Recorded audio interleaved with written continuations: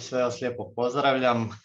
Ja ću vam govoriti o prelomnom dosegu digitalne humanistike za koji ja nemam nikakve zasluge, ali ću vam predstaviti široj javnosti da znate i da tako nešto postoji. Dakle, krenut ću s onim zašto je riječ o prelomnom dosegu.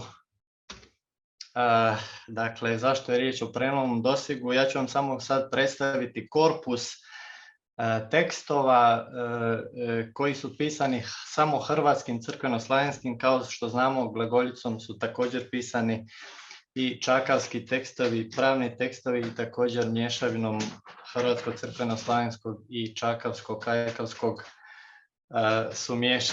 su pisani zbornički tekstovi. Dakle, korpus tekstova, misal Vatikanski četvrti, najstariji hrvatsko-glagoljski misal, tu sam naveo samo brojeve folija, Novakov misal o kojem je govorila kolegica Sandra Požar, Kopenhaški misal, Berlinski misal, Ročki misal, prvi Beramski misal, drugi Beramski misal, Vrnički prvi misal, Vrnički drugi misal, misal Vatikanski misal Iliriko 8, Bribirski misal, Oksfordski prvi misal, Oksfordski drugi misal, misal Metropolitanske knjižnice, Novljanski misal, to su rukopisni misali koji ako pogledamo u prosjeku imaju, neki su krnji, nisu sačuvani cjeloviti, ali u prosjeku imaju oko 200 do 250, 280 folija pisanih u 4 stupca. Ovi svi rukopisni misali, dakle izuzev onoga na čemu trenutno radimo, kao na primjer kolege okupljene na projektu kolegice Požar ili recimo naš domaćin Josip Galić, on radi na prvotisku misala, zapravo nemamo nikakav digitalni zapis osim digitalnih fotografija. Dakle, ne postoji tekst u latinici, a kamoli neke baze koje bi bile pretražive. Dakle, također, imamo još i tiskane misale, prvotisak misala, Senjski misal, misal Pavla Modrušanina, koji također nisu pročitani ni u kojem obliku i dostupni ni digitalno, ni kao tekst u latinici. Ono što imamo od misala je misal Hrvoje misal, koji je, postoji transliteriran na latinicu, ali nemamo zapravo digitalni zapis. Također njujorški misal, koji je priređeno izdanje latinično, ali ne postoji digitalni zapis, i Košićev misal koji imamo u digitalnom zapisu tekst kao tekst u Word datoteci. Sad samo ukratko, slična problematika je sa brevijarima, prvi vrvnički brevijar, drugi vrvnički brevijar, četvrti vrvnički brevijar, Pašmanski brevijar, Vatikanski peti brevijar, Vatikanski šesti brevijar, Padovanski brevijar, Liber Horarum, Lopkovićev psaltir, kompendij psaltir Pariške knjižnice, zbornik Parišne knjižnice koji je također časoslov za laike, brevijar Vidao Mišljanina, brevijar Medicejske knjižnice, Oksfordski brevijar, Dragučki brevijar, brevijar Vrvnički treći, Moskovski brevijar u 2 sveska, brevijar Metropolitanske knjižnice, Novljanski prvi brevijar, Mavrov brevijar, Humski brevijar, Vatikanski 19. brevijar, Bribirski brevijar, Vinodolski brevijar, brevijar Vatikanske knjižnice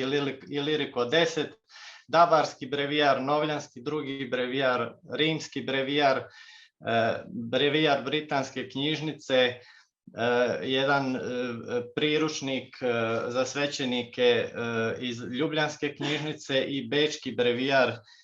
Dakle, neki od ovih su krnji, ali u principu brevijari koji sadrže oba dijela brevijara, a to znači i temporal i sanktoral, dakle i službe kroz vrijeme i službe za pojedine svece, su u prosjeku negdje oko 500-tinjak folija pisano u 4 stupca.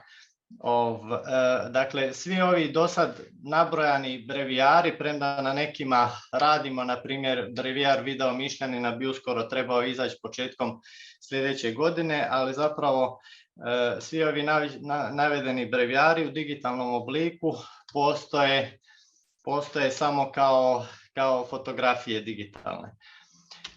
Tu su još onda i 3 tiskana brevijara koja također i postoje samo fotografije. Prvotisak brevijara, Baromićev brevijar i Brozićev brevijar s kojima završava ovo staro hrvatsko crkveno-slavensko razdoblje. Ono što imamo od brevijara napravljeno je, dakle, akademijin brevijar koji je objavljen u transliteraciji latiničnoj i posjedujemo digitalni zapis tog teksta. Beramski prvi brevijar i 2 sveska beramskog drugog brevijara koja su obrađivana unutar Znanstvenog centra izvrsnosti za hrvatsko glagoljaštvo, o čemu će vam kolegica Mihaljević nakon mene više govoriti. Dakle, za ove beramske brevijare posjedujemo i bazu u kojoj osim teksta imamo i jako puno drugih podataka jezičnih, paleografskih i inih. Dakle, također je istina da većina tekstova je unutar 70, dobar dio tekstova je unutar 70 godina rada Staroslavenskog instituta i prije toga Staroslavenske akademije. Dobar dio tekstova je objavljen pa i proučen, međutim ipak ostaje činjenica da zapravo za veliki dio rukopisne građe pisane hrvatskim crkveno-slavenskim, da biste istraživali, vi ne samo da nemate tekst koji je na latinici, nemate tekst koji možete pretraživati, nego morate, dakle, koristiti se fotografijama, pa tako osobito za tekstove koji nisu objavljeni. Recimo, ako vas zanima u kojim sve brevijarima ili misalima je služba Svetog Benedikta, ne preostaje vam drugo nego da uzmete dostupne fotografije i listate dok ne naiđete za svaki pojedini brevijar ili misal, dok ne naiđete na tu službu, a da ne govorim o tome ako vas zanima recimo gdje se sve u hrvatsko-glagolskim misalima i brevijarima spominje ova riječ spas koju sam tu zadebljao u njenom genitivno-akuzativnom obliku spasa. Dakle, osuđeni ste na traženje igle u plastu sjena ili recimo istraživanja gdje se u moskovskom brevijaru sve nalazi stari sigmatski aorist. Dakle, pred takvim nekim zahtjevima mi smo još uvijek u kamenom dobu jer čitamo, dakle, ponekad i zapravo često dosta loše snimke o kojim zapravo mi veličinama tu govorimo. Evo, ja ću vam samo reći da 2 sveska beramskog brevijara, drugog beramskog brevijara, dakle 480, ne vidim tu, ali mislim da je, 490 stranica folija, dakle je ukupno oko 1050 kartica teksta, dakle 1050 stranica teksta, ili recimo prvi beramski brevijar 180 folija, 500 kartica teksta. Dakle, mi govorimo o tome da vi da biste pretražili nešto ili istražili nešto morate pročitati 1000 i 1000 stranica teksta, k tomu na glagoljici. Dakle, naravno da bi nešto što bi bilo strojno čitanje glagoljice ili strojno preslovljavanje glagoljice u latinicu i digitaliziranje znatno olakšalo rad na ovim tekstovima, međutim pokušaji strojnog čitanja glagoljice do sad su uglavnom se pokazali kao neizvedivi sve donedavno. Tomu je dakako tako oni koji poznaju kako izgledaju rukopisni tekstovi pisani hrvatskim crkveno-slavenskim znaju da je, dakle, riječ o rukopisnim tekstovima u kojima imamo različite oblike i veličine slova, različite visine slova čak i unutar istog rukopisa, različite razmake. Također ono što otežava strojno čitanje srednjovjekovno pravilo skriptura continua, to znači zajedno pisanje zajedno pisanje više riječi i također razna kraćenja riječi od kojih su dakle odbijanja, a to je da se zapiše samo dio riječi, stezanje ili ono što su dakle kratice kojih ima poprilično, natpisivanje, da se pojedina slova upisuju iznad crtovlja za pisanje, iznad retka i slijevanje ligature. Ligature su osobito problematične jer prema istraživanjima akademika Žagara u dakle, drugom beramskom brevijaru se pojavljuju 332 različite ligaturne kombinacije, od kojih čak 211 kombinacija se pojavljuje 1 do 10 puta. Dakle, mogućnosti da vi obučite stroj, čak i kad biste ga obučili da čita pojedine oblike slova, da ga obučite da čita ligature koje se pojavljuju od 1 do 10 puta, su prilično mukotrpne i zato se pokazalo.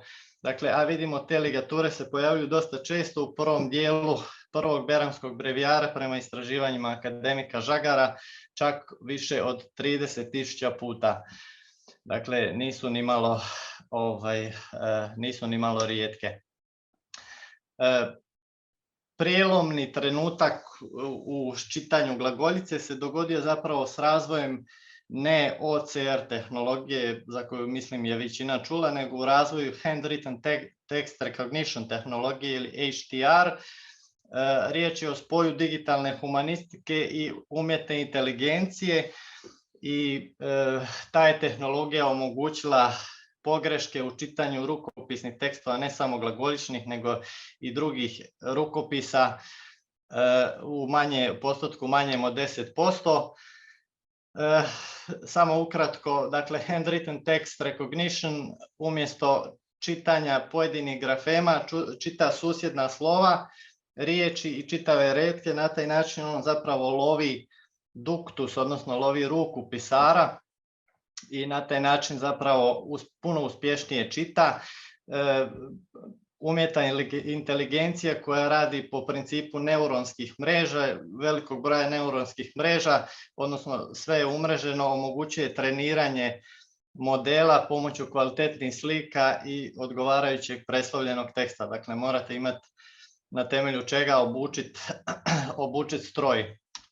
Za hrvatski crkveno-slavenski, odnosno za naše tekstove, ovaj gospodin tu kojeg vidite je napravio dakle taj prijelom u čitanju glagoljice. On je razvio unutar platforme Transkribus koja koristi ova dva navedena modela HTR plus i Pilaja.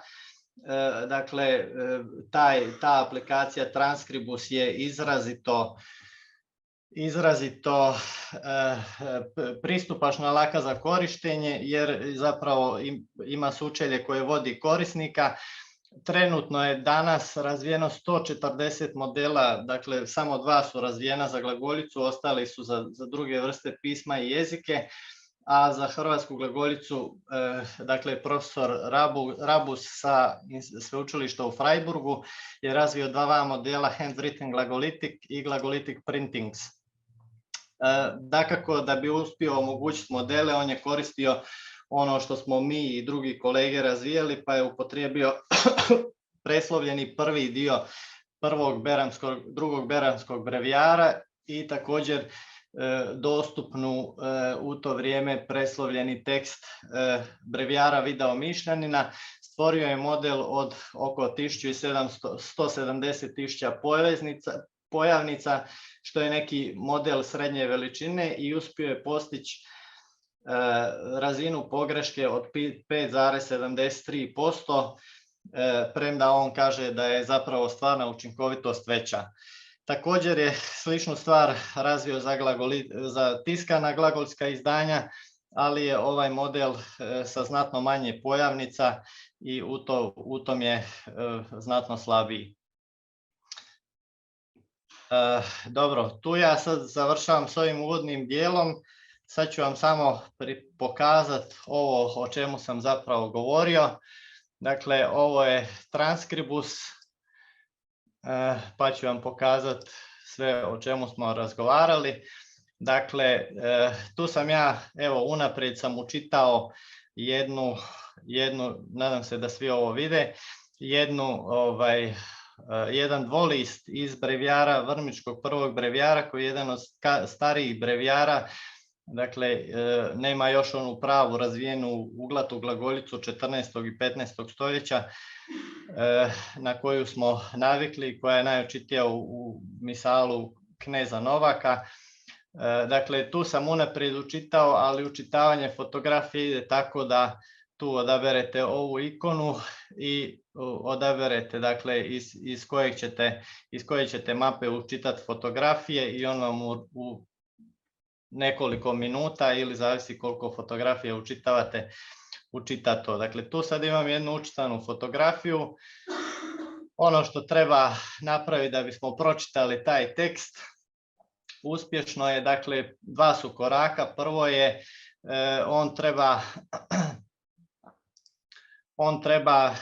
dakle, program treba prepoznat gdje se na ovoj slici, na ovoj fotografiji, gdje se na njoj nalazi glagoljični tekst, odnosno gdje se nalazi neki tekst, i on to trenutno radi. Kao što vidimo, ovdje ima prilično zahtjevan, izazovan zadatak, a to je da prepozna da zapravo su na ovoj fotografiji 4 stupca teksta. Vidite, ja dok sam govorio manje od minutu, on je to napravio i evo vidimo sad kako to izgleda. Dakle, on je prepoznao retke, prepoznao je, vidimo da je riječ o, dakle, fotografiji na kojoj su 4 stupca teksta i unutar tih stupaca teksta on je prepoznao, dakle, pojedine retke. Evo vidimo tako, i to vam je dolje označio brojevima. On doduše misli da tu ima 5 stupaca teksta. To je zato što pojedine neke znakove on numerira posebno, ali ako recimo želite maknuti to, možete odabrati ovaj broj 25 koji on računa kao poseban stupac i onda to uklanjate. Dakle, sljedeći zadatak, ako želimo pročitati glagoljicu, je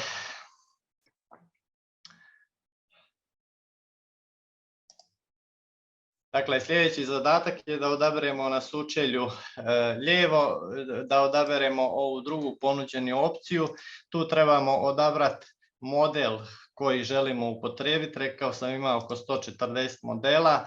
Dakle, odaberemo handwritten glagolitik i zapravo je to. Pritisnemo OK i on će vam napraviti čitanje koje ja sad tu neću raditi, nego ću proći na stranicu koju sam prethodno napravio, ali dakle tu nisam drugo ništa radio. Sad ćemo malo pogledati kako stroj uspijeva čitati, s kojom zapravo točnošću uspijeva čitati taj tekst, pa ću vam to povećati. Dakle, vidimo tu, on je uspješno pročitao ligaturu PR kao R, uspješno je pročitao riječ praviteli, vjernih je uspješno pročitao. Također je prepoznao da je duš kraćena riječ i uspješno je razvezao tu kraticu, razumjajući se. Dakle, prepoznao je da je ovdje riječ o 2 riječi, premda su pisane zajedno. Dakle, skriptura continua mu nije predstavljala problem. Međutim, ovdje kod noć Ž nije prepoznao da je riječ o 2 riječi, ali uspješno je pročitao sva slova. Dakle, uspješno je prepoznao da Ž je jedna riječ, odnosno da treba staviti crticu koja označava da je riječ o jednoj riječi. Također, dakle, straže uspješno je prepoznao tr kao ligaturu, striježahu također tr kao ligaturu i ovi pastiri, odnosno pastiri, uspješno je prepoznao da je riječ o jednoj riječi. Dakle, ono što u principu je problematično, kao što vidite, on jako dobro čita slova i jako dobro prepoznaje riječi, premda se ponekad zbuni, pa dakle ponekad izmisli nešto što ne bismo baš očekivali. Ja sad tu ne vidim ništa, ali takve se stvari događaju. Evo vidimo recimo ovdje ovaj pročaja i prč. Dakle, proča prepoznao je, ali nije prepoznao da treba tu u zagradi ići još i jat. Onda je, dakle, što je kratica za omilija ili homilija, dakle, on je tu napravio neku prilično nezgrapnu kombinaciju koja se lako uoči, a dakle, ono što mu povećava taj razinu pogreške, svakako treba reći, a to je odgovara svim modelima koji se razvijaju unutar ove tehnologije, to je da inicijale ne uspijeva pročitati jer iskaču svojom veličinom iskaču iz veličine jednog retka, ovdje ovaj zauzima 3 retka. Evo, to bih ja za sad toliko.